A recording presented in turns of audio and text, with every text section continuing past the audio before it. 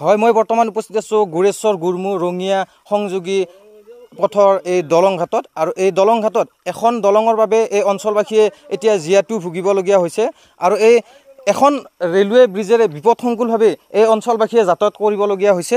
মোৰ লগত আৰু লোক উপস্থিত আছে, মই আপোনাৰ ওচৰলৈ যাম।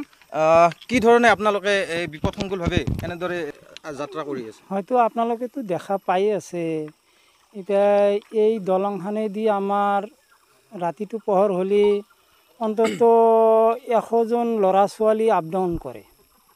তাৰপিছত হয়তো কিছুমান বুঢ়া ভেগা মানুহ যেতিয়া এই ৰেলৰ দলঙত যায়, আমি নিজ চকুত দেখা পাইছোঁ অন্তত আমাৰ বয়সত আমাৰ লাইফত 30 জনমান মানুহ এই দলংখনত কাটা খাইছে।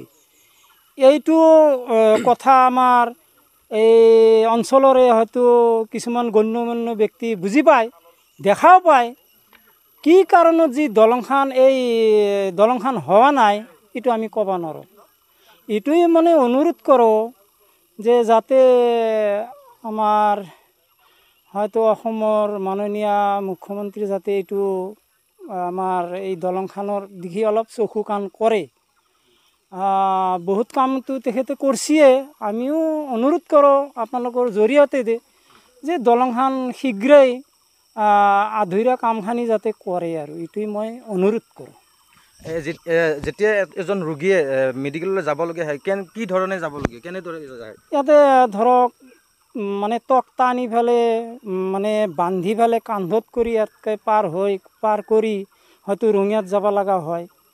তাৰমানে এনেকুৱা সমস্যা। আৰু কিমান সংখ্যক লোকে এই দলংখনেৰে অহা যোৱা কৰে?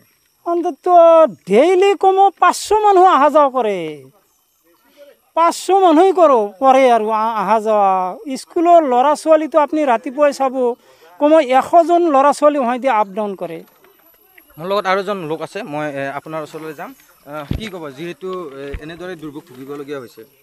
কি হ'ব মানে মই এটা কথা ক'ব খোজোঁ, চৰকাৰক আহ্বান কৰোঁ যে আমাৰ এই দুই দলঙৰ ইপাৰ সিপাৰে আমাৰ দুটা স্কুল আছে। চাব, এফালে আপোনাৰ দেউলকুচি হাইস্কুল, ইফালে গুৰমু হাইস্কুল। তাতে মেট্ৰিকৰ চেণ্টাৰ আছে দুই চাইডে, কিন্তু ইয়াৰ মাজত যিখিনি ল'ৰা ছোৱালী দুপাৰে স্কুলত যাবলগীয়া হৈ যায়।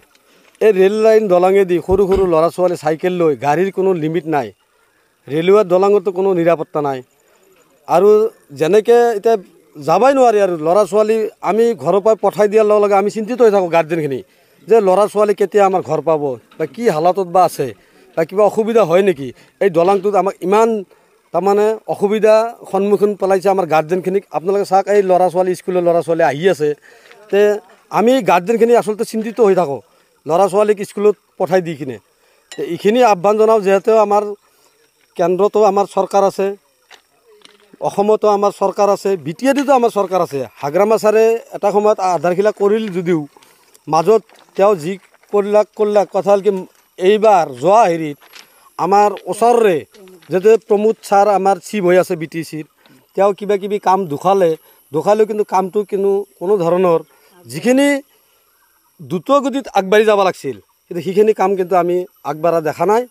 আৰু আমাৰ সন্দেহ হৈ আছে দলংখন হ'ব নহ'ব, আমাৰ দিনত আমি চাই যাব পাৰিম নকৰিম, কিন্তু আমি আৰু এই বাৰিষা ছিজনত মানুহ যি আৰু কিমান অসুবিধাত পৰিব, বা মানুহ যি ইয়াতে ৰেলত কাটা নাযাব, তাৰ কোনো একেবাৰে নিশ্চিতভাৱে আমি ক'ব পাৰোঁ।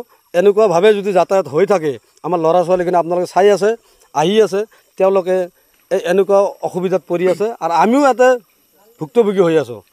মই মোৰ সহযোগীক দৃশ্য দেখুৱাবলৈ অনুৰোধ জনাম। এতিয়া এনেদৰে বিপদসংকুলভাৱে স্কুলীয়া ছাত্ৰ ছাত্ৰীয়ে এই দলঙেৰে পাৰ হ'বলগীয়া হৈছে। যিখন এই ৰেলৱে ব্ৰিজ আছে, এই ব্ৰিজৰ মাজেৰে এনেদৰে পাৰ হ'বলগীয়া হৈছে স্কুলীয়া ছাত্ৰ ছাত্ৰীসকলে।